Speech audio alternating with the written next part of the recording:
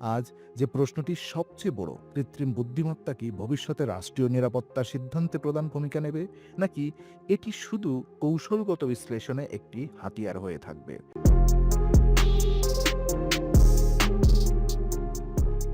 অন্ধকারের গভীরে ভূগর্ভস্থ একটি সুরক্ষিত বাংকার।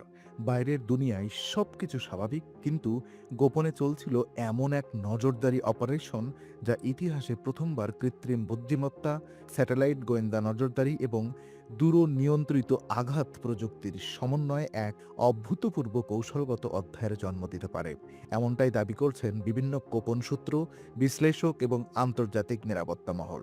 স্বাগতম দ্য টাইম রাকলে। আজকের ডকুমেন্টারি আয়াতুল্লাহ আল খামেনিকে লক্ষ্য করে ব্যবহৃত কথিত প্রযুক্তির অদৃশ্য যুদ্ধ, বাস্তব নাকি গোপন অপারেশনের ছায়া? প্রথমে একটি গুরুত্বপূর্ণ স্পষ্টীকরণ: এই আলোচনাটি কোনো যাচাইকৃত সরকারি ঘোষণার উপরে ভিত্তি করে নয়, বরং 2026 সালের মার্চ মাসে আন্তর্জাতিক মিডিয়া, কৌশল বিশ্লেষক এবং আনুষ্ঠানিক গোয়েন্দা আলোচনার ছড়িয়ে পড়া বিতর্কিত তথ্য, প্রযুক্তিগত অনুমান এবং ভূরাজনৈতিক বিশ্লেষণের উপরে নির্মিত একটি অনুসন্ধানমূলক ডকুমেন্টারি বিবরণ। এখানে 1989 সালে মৃত্যুবরণকারী আয়াতুল্লাহ রুহুল্লাহ খুমেইনি নয়, বরং ইরানের বর্তমান সর্বোচ্চ নেতা আয়াতুল্লাহ আলী খুমেইনিকে ঘিরে প্রচলিত গোপন প্রযুক্তিগত অপারেশনের তত্ত্ব বিশ্লেষণ করা হয়েছে। গুজব, গোয়েন্দা তথ্য ও এক রহস্যময় অপারেশনের জন্ম। 2026 সালের মার্চের শুরুতেই আন্তর্জাতিক কৌশল বিশ্লেষণের মধ্যে একটি শব্দ দ্রুত ছড়িয়ে পড়ে: উচ্চ প্রযুক্তি, লক্ষ্যভিত্তিক আঘাত। কোনো আনুষ্ঠানিক স্বীকারোক্তি নেই, কোনো সরাসরি ভিডিও প্রমাণ নেই, কিন্তু গোয়েন্দা চ্যানেল, স্যাটেলাইট ট্র্যাকিং ডেটা এবং সামরিক বিশ্লেষকদের রিপোর্টে এক অস্বাভাবিক কার্যকলাপের ইঙ্গিত দেখা যায়। বলা হয়, ইরানের গভীর নিরাপত্তা বলয়ের মধ্যেও নজরদারির নতুন প্যাটার্ন ধরা পড়ে। অস্বাভাবিক satellite focus, electronic signal analysis এবং যোগাযোগ ব্যবস্থায় হঠাৎ ব্যাঘাত। এগুলো কি ছিল? এগুলো ছিল কি কেবল প্রযুক্তিগত কাকতালীয় ঘটনা, নাকি একটি বৃহৎ সমন্বিত সাইবার ইন্টেলিজেন্সের অপারেশনের সূচনা? কিছু আন্তর্জাতিক নিরাপত্তা গবেষকের মতে, আধুনিক যুদ্ধ আর শুধু অস্ত্রের যুদ্ধ নয়, এটি তথ্যের যুদ্ধ, অ্যালগরিদমের যুদ্ধ এবং পূর্বাভাসের যুদ্ধ। তো কৃত্রিম বুদ্ধিমত্তা, গোপন নজরদারির নতুন যুগ। বিশ্লেষকদের মতে, আধুনিক লক্ষ্যভিত্তিক সামরিক কৌশলে কৃত্রিম বুদ্ধিমত্তা এখন একটি কেন্দ্রীয় উপাদান। এআই শুধু ডেটা বিশ্লেষণ করে না, এটি প্যাটার্ন শনাক্ত করে, ভবিষ্যৎ চলাচলের সম্ভাবনা অনুমান করে এবং নিরাপত্তা দুর্বলতার মানচিত্র তৈরি করে। কিছু সামরিক প্রযুক্তি বিশেষজ্ঞদের আলোচনায় উঠে আসে যে উন্নত গোয়েন্দা বিশ্লেষণের প্ল্যাটফর্ম যেমন ধরনের সিস্টেমগুলো বাস্তব সময়ে হাজার হাজার ডেটা পয়েন্ট বিশ্লেষণ করতে সক্ষম। স্যাটেলাইট ইমেজ, ডিজিটাল কমিউনিকেশন, ভূ অবস্থার সিগন্যাল, নিরাপত্তা কনভয় প্যাটার্ন, এমনকি তাপীয় সিগনেচার পর্যন্ত বিশ্লেষণ করা সম্ভব। একজন প্রতিরক্ষা বিশ্লেষকের ভাষায়, এআই এখন লক্ষ্যকে শুধু খুঁজে পায় না, লক্ষ্য কোথায় যাবে সেটাও অনুমান করতে পারে। এই প্রযুক্তির সবচেয়ে ভয়ঙ্কর দিক হল মানুষের সিদ্ধান্তের আগেই অ্যালগরিদম সম্ভাব্য গতিপথ নির্ধারণ করতে পারে। স্যাটেলাইট নজরদারি, আকাশ থেকে অদৃশ্য অনুসরণ। আধুনিক সামরিক নজরদারিতে উচ্চ রেজলিউশন স্যাটেলাইট ভূমিকা অত্যন্ত গুরুত্বপূর্ণ।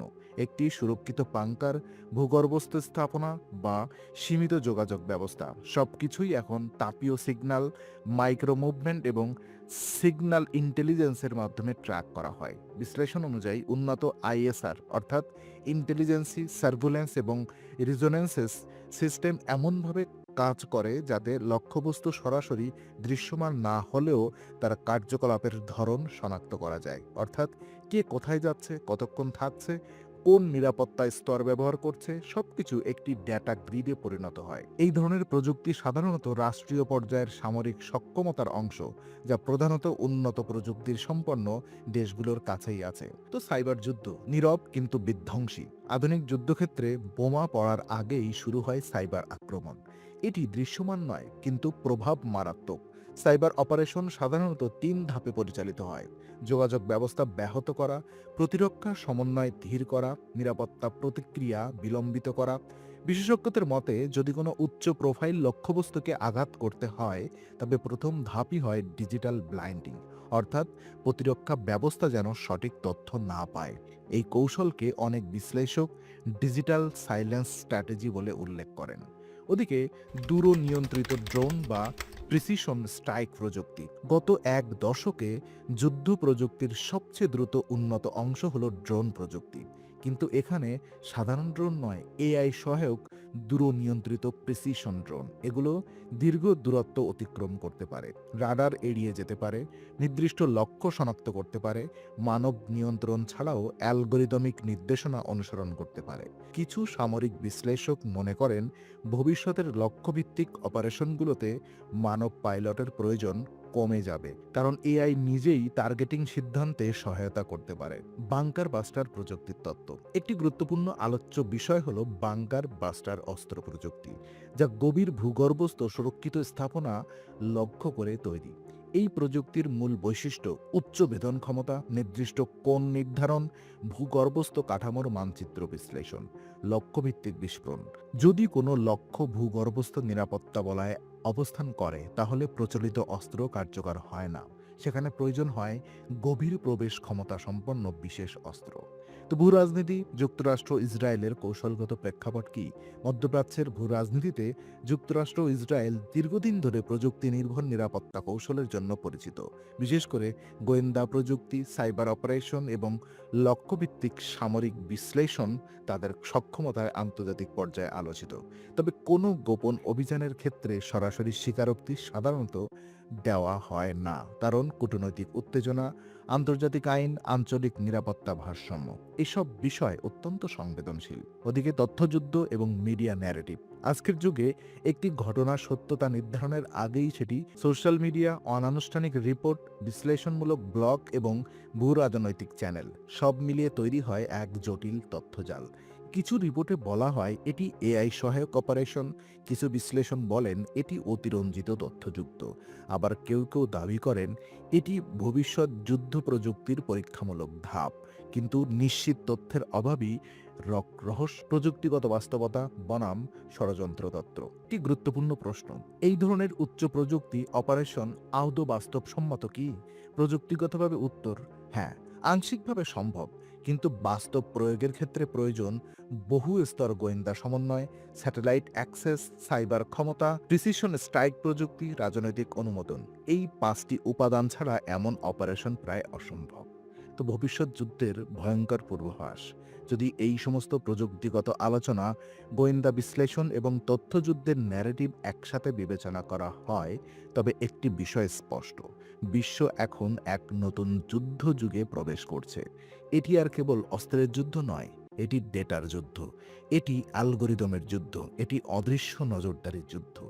আজ যে প্রশ্নটি সবচেয়ে বড়, কৃত্রিম বুদ্ধিমত্তা কি ভবিষ্যতে রাষ্ট্রীয় নিরাপত্তা সিদ্ধান্তে প্রধান ভূমিকা নেবে, নাকি এটি শুধু কৌশলগত বিশ্লেষণে একটি হাতিয়ার হয়ে থাকবে? দ্য টাইম অরাকল এর এই অনুসন্ধানী ডকুমেন্টারি আমাদের সামনে একটি শীতল বাস্তবতা তুলে ধরে। যুদ্ধের ভবিষ্যৎ হয়তো শব্দহীন, অদৃশ্য এবং অ্যালগরিদম নির্ভর, এবং হয়তো ইতিহাসের পরবর্তী বড় সংঘর্ষ আর যুদ্ধক্ষেত্রে নয়, বরং ডেটা সেন্টার, স্যাটেলাইট নেটওয়ার্ক এবং কৃত্রিম বুদ্ধিমত্তার সার্ভারের ভেতরেই নির্ধারিত হবে।